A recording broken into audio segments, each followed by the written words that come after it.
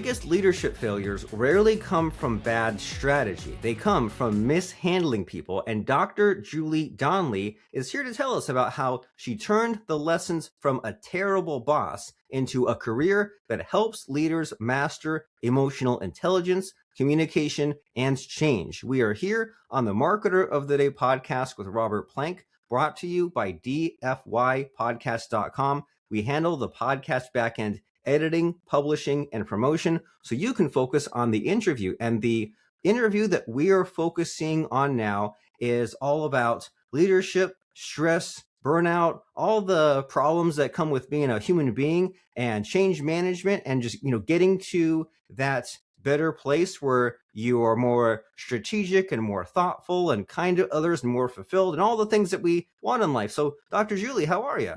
It's wonderful to be here. Thank you so much, Robert, for having me. I really appreciate being here. I'm doing great. Wonderful. Glad to hear it. And we have so much to talk about, right? I was like, before we even started recording, we just kept talking about what you've been up to and about like your book writing process and how you help people. And so I can already tell, even though we kind of go back a bunch of years because Catherine narrated the books, but we're just now meeting. And so it's like I know you, but I don't know you. And so what should I know about you? What makes you unique? What makes you stand out?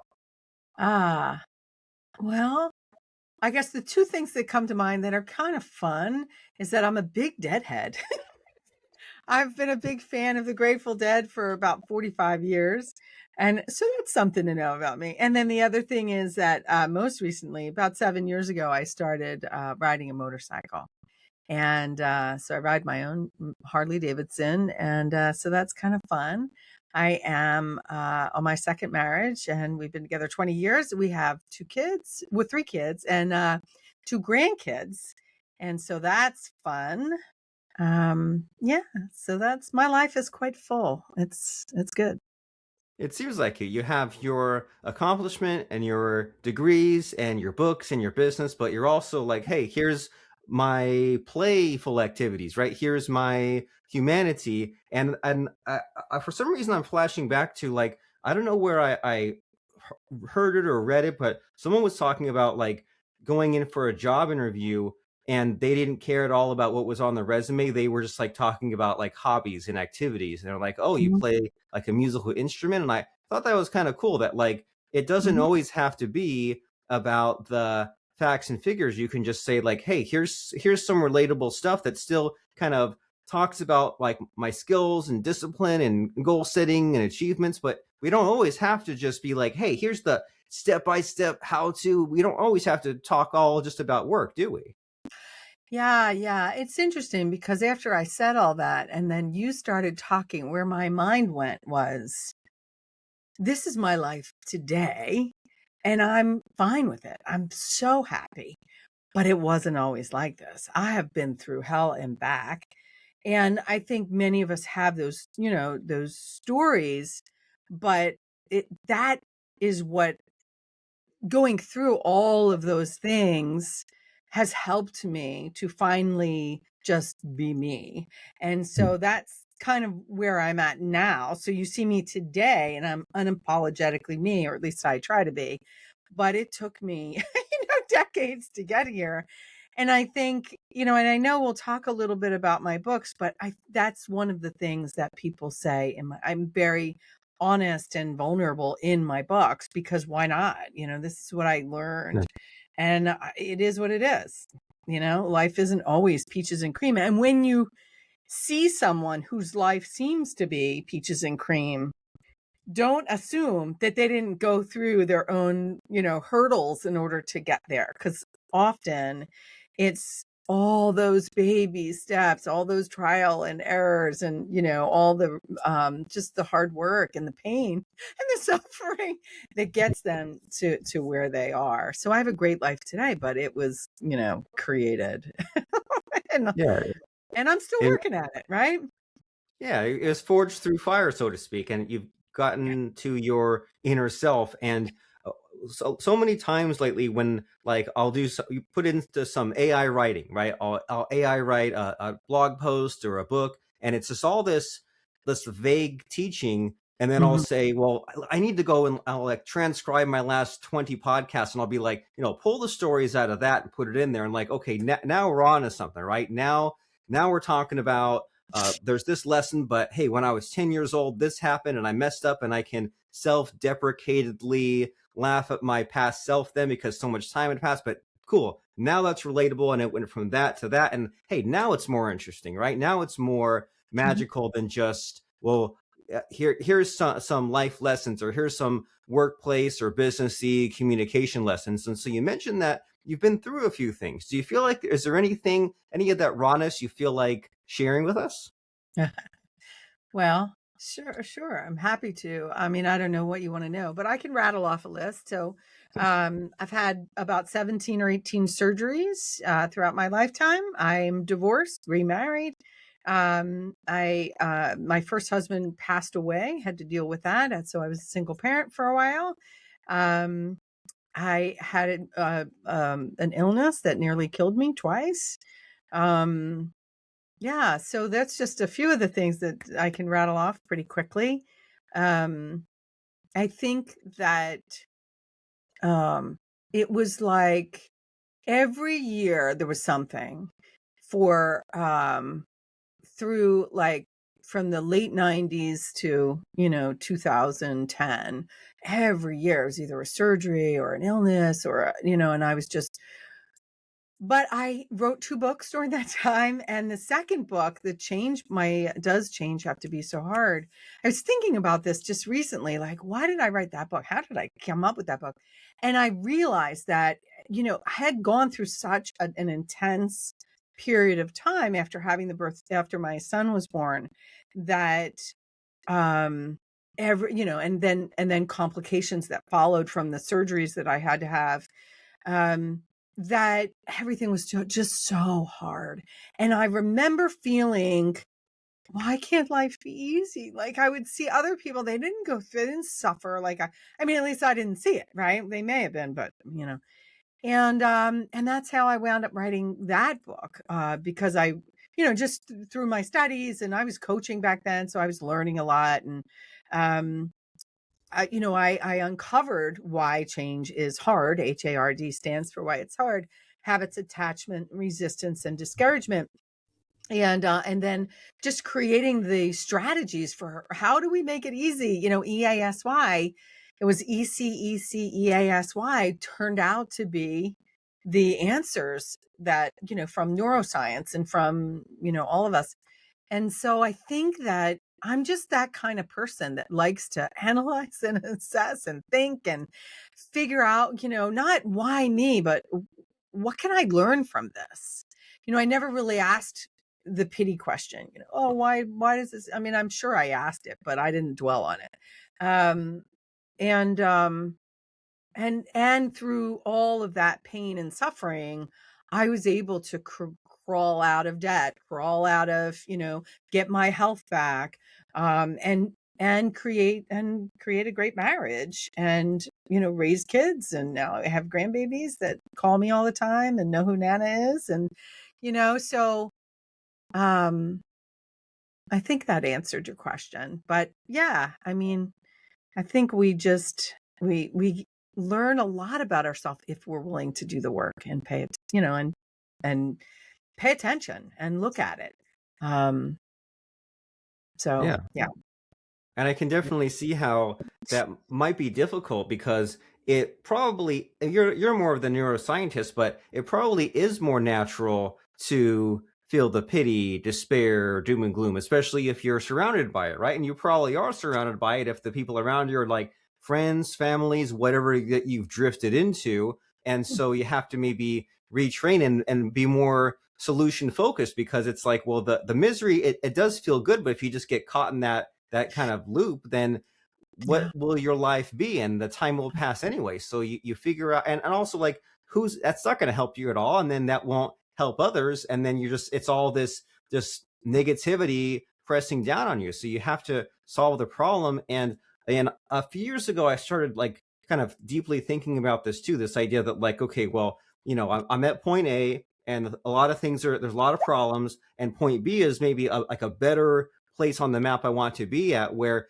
nothing's ever fully solved, but like a lot of the factors are better, and how like you have to like work a lot harder, work harder than you thought maybe you had to, and like do things that maybe are unnatural and that maybe don't feel true, right? Like you have to kind of have some positivity and maybe almost like fake it till you make it. And so when you say like you want to change your mindset and do some activities that are different, like was that hard? Because without like getting hit with some other health issue every single year, it's easy to think like, why me? So how do you like kind of get if you're at point A and you want to get back in the mindset of what point B will be someday, but you're not even really like physically there yet? Like how do you fool yourself into that success? Yeah, that's a great question. Thanks, Robert. Um, I think there's a couple ways I could answer that question. I think that there's a couple things. One is to be careful what you feed your mind. So, so you mentioned negative people, and one of the negative people in my life was my father. He's still alive, but he's in a that'll be a book one day. That'd be book number But 7. yeah, yeah, it will be, actually.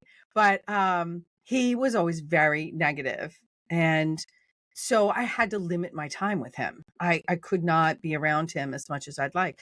And I think that also now that I'm thinking out loud with you and having this conversation, I'm realizing that through the 2000s, I was coaching. So I was reading a lot of self-help books, and it was important that I understood what was, what the whole self-help industry was about, and success and all of that. And I think that helped me. So we need to be reading books.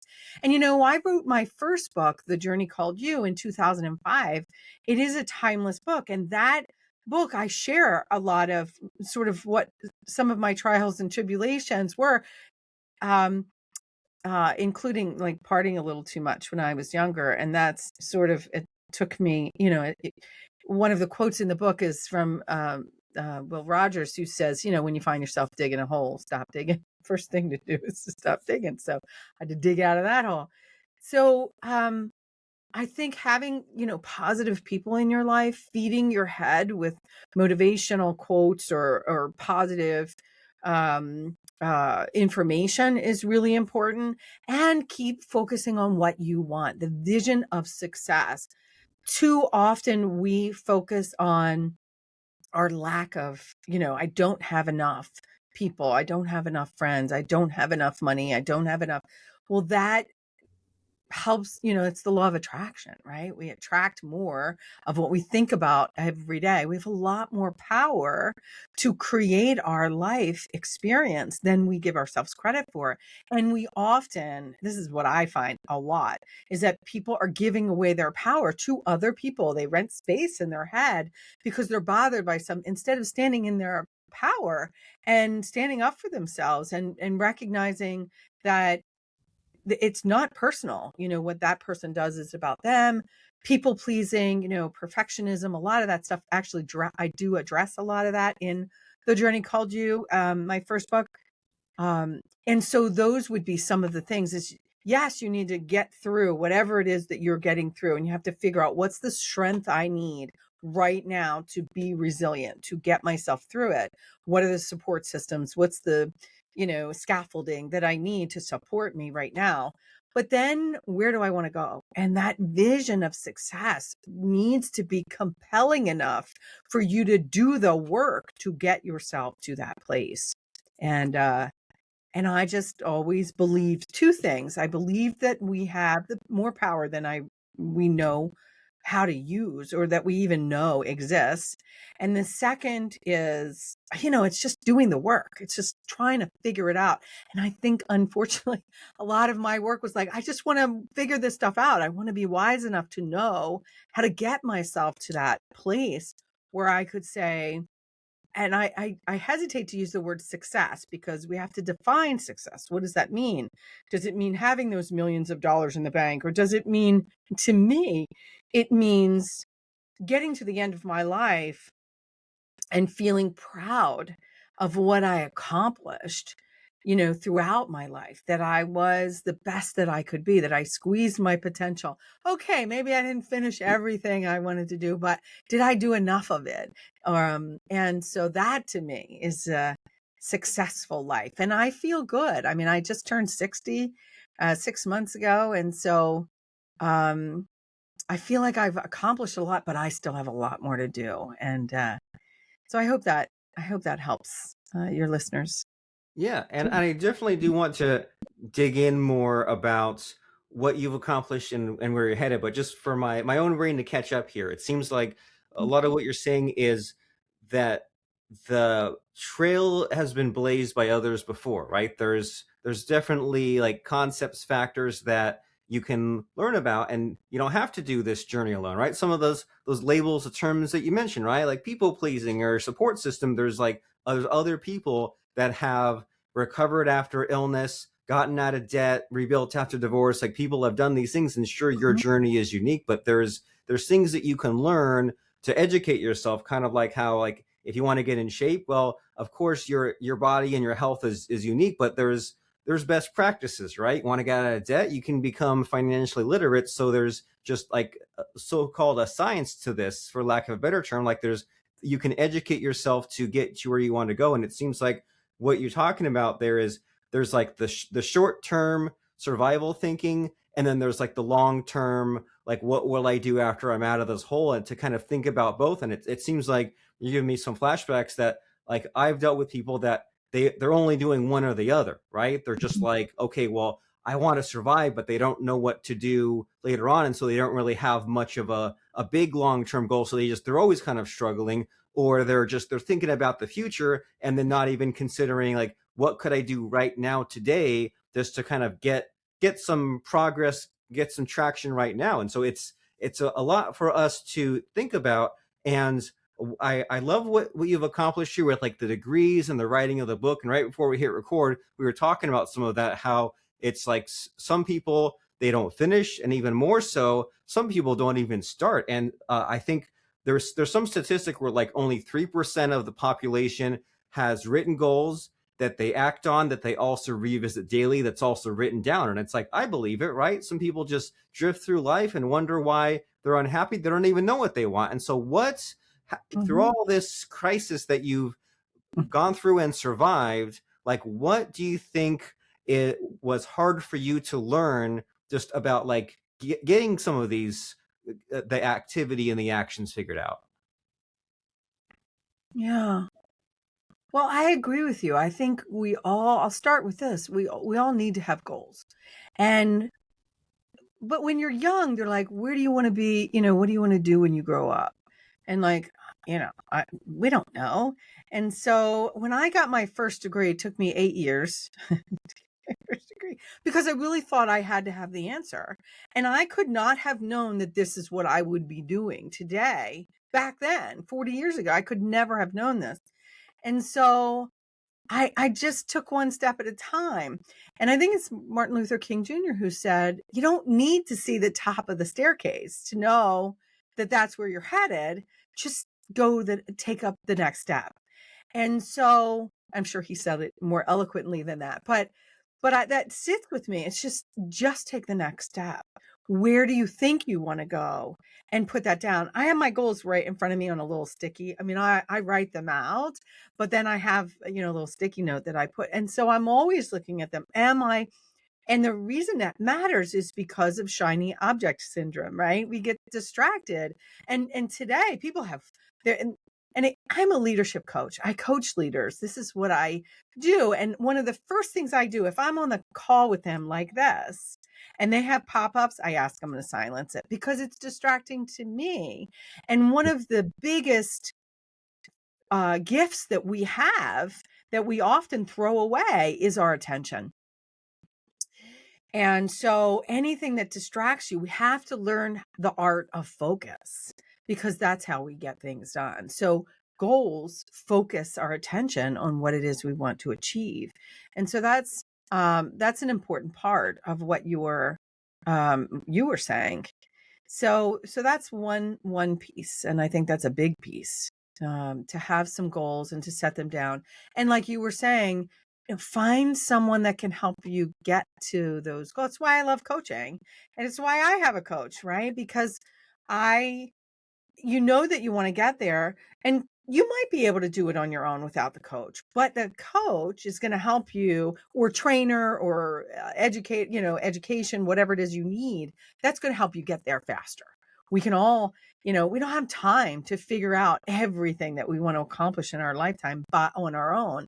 So like you said, why not find the expert that can help you and support your success by teaching you the things that they learned, so that you can get the shortcuts. And I think the other piece is that you're not alone.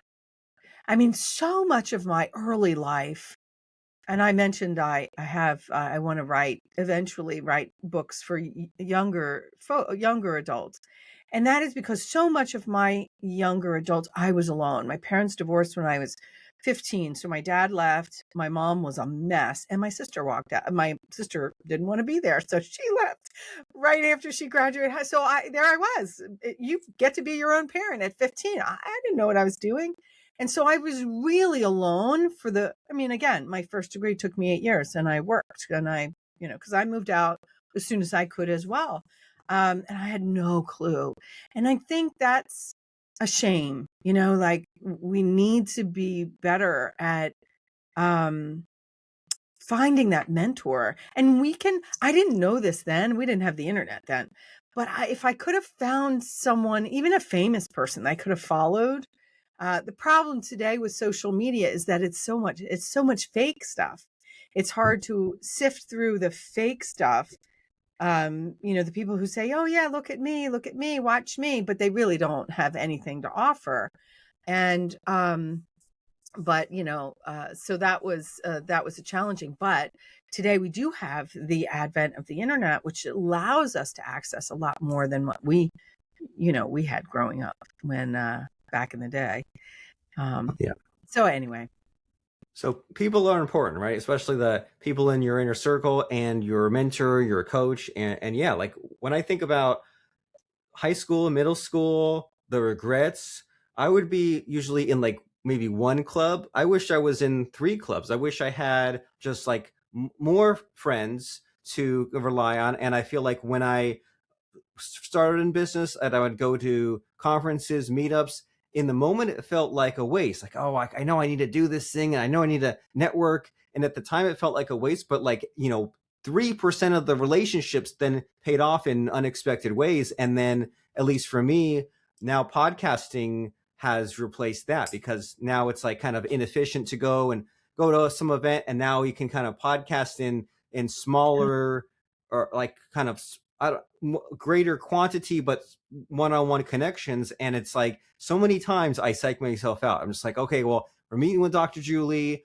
Like, don't I have some client work to do? Well, of course, but then we're thinking about the future, and it helps everyone, right? And it's like so important, and it's underrated. And even like in a few hours I'm meeting with my current mentor, and I had like 4 years of having a mentor, and business was great, and then 10 years without one, and business was kind of more of a struggle. But it's like just some of these ahas that we take for granted, right? Just having that other person that we can verbalize to, who can help us, who can tell us what to do. And as you say, like the biggie is what not to do, the bright shiny objects that will pull you away from that goal and whatever it is. And so this is all really important stuff.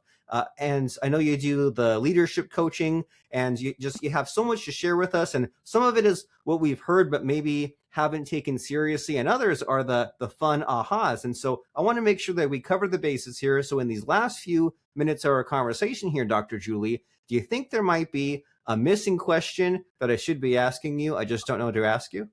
well, I think the one thing we haven't touched on today that you just sort of hinted at was that, you know, today and the future is about learning how to be better at being people, right? The human side. I mean, I often talk about this human side of leadership. And the reason I work with leaders, not only because I've spent 30 years studying leadership, but um, um, is that they have such an impact on so many people.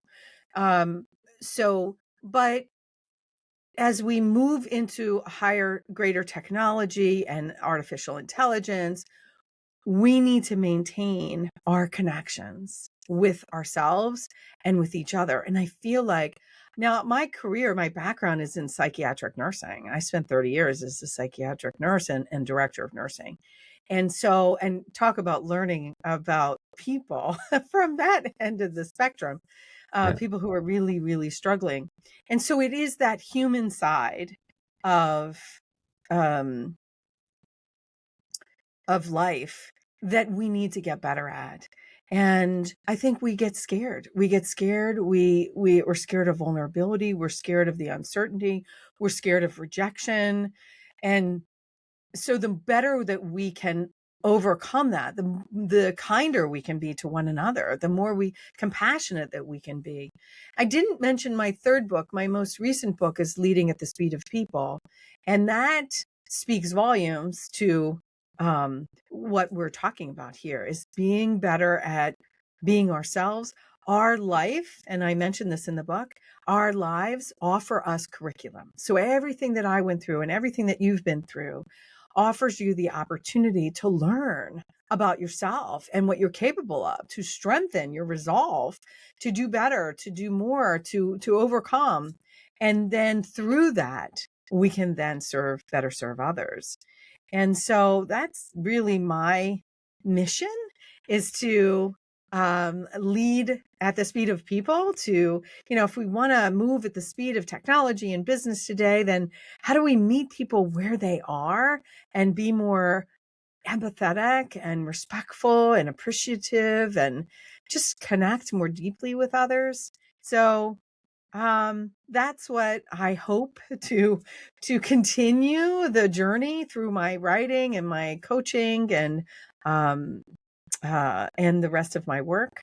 And I certainly would like to envision a world where we return to community and humanity, because I think in some ways greed has just sort of become the game of the day, and it's not helping us or the planet. So um, so that's what I would share.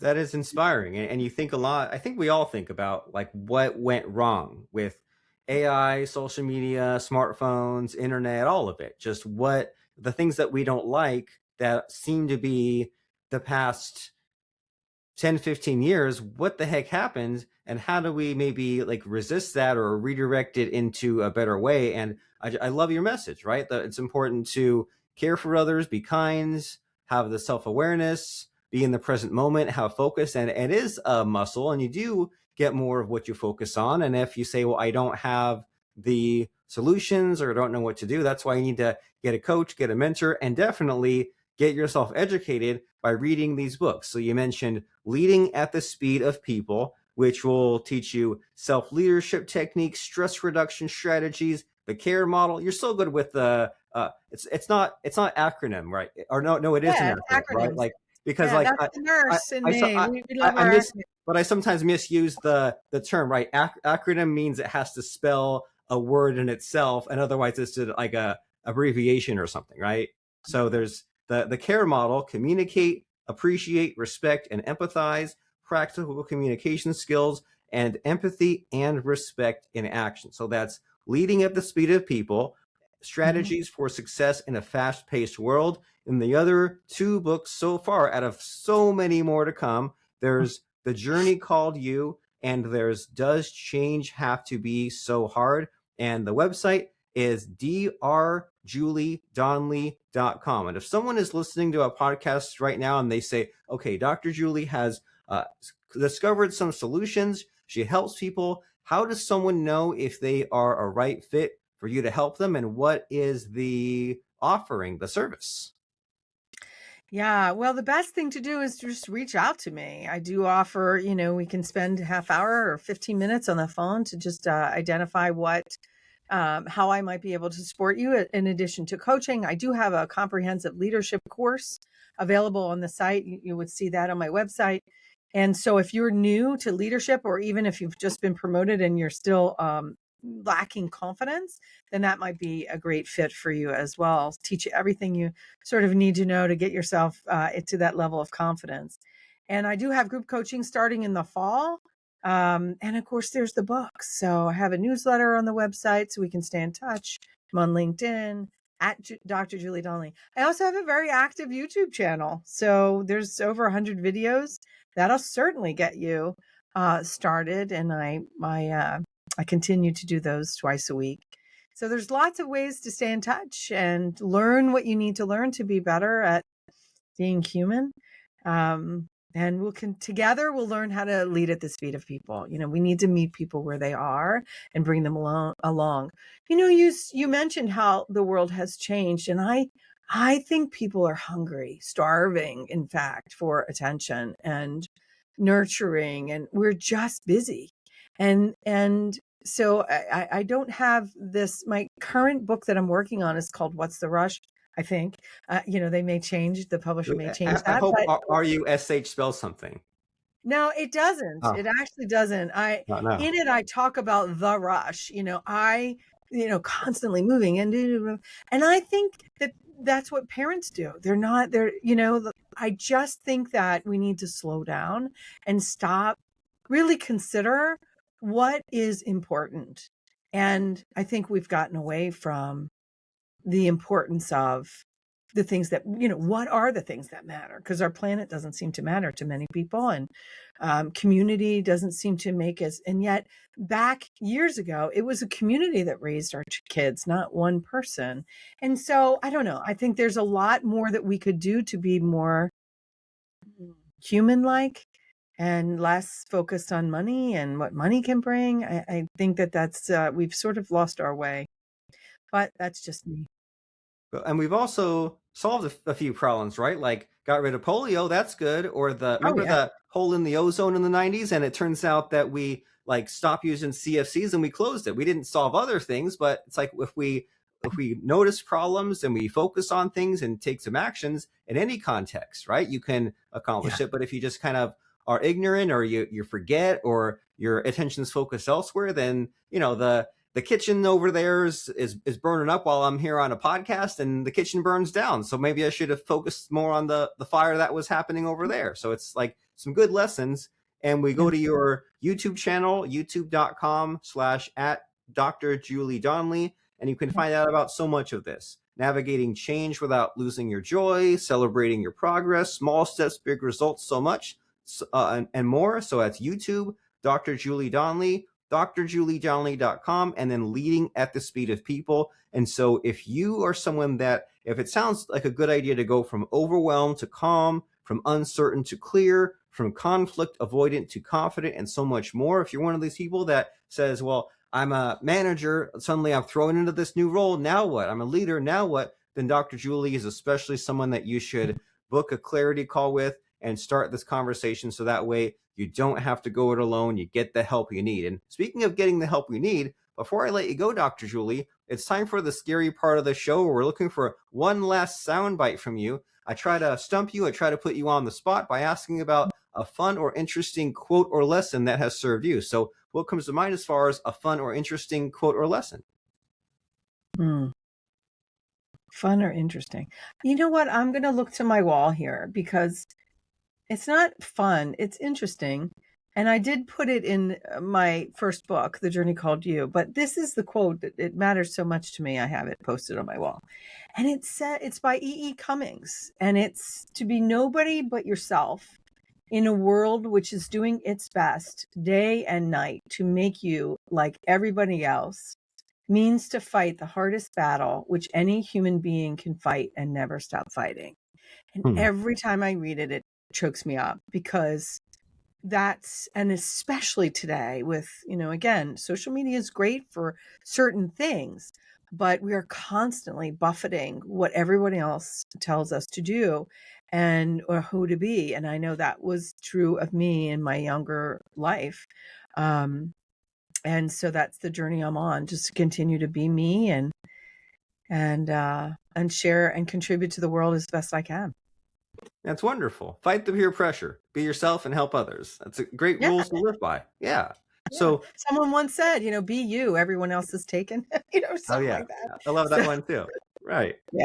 Yeah. So if you want to get on this leadership path of being you, drjuliedonley.com is the place to go, and we'll see you there. And thanks so much, Dr. Julie, for being authentic, raw, vulnerable, open, generous with your time. I'm so glad that we had this conversation. Thanks for being here.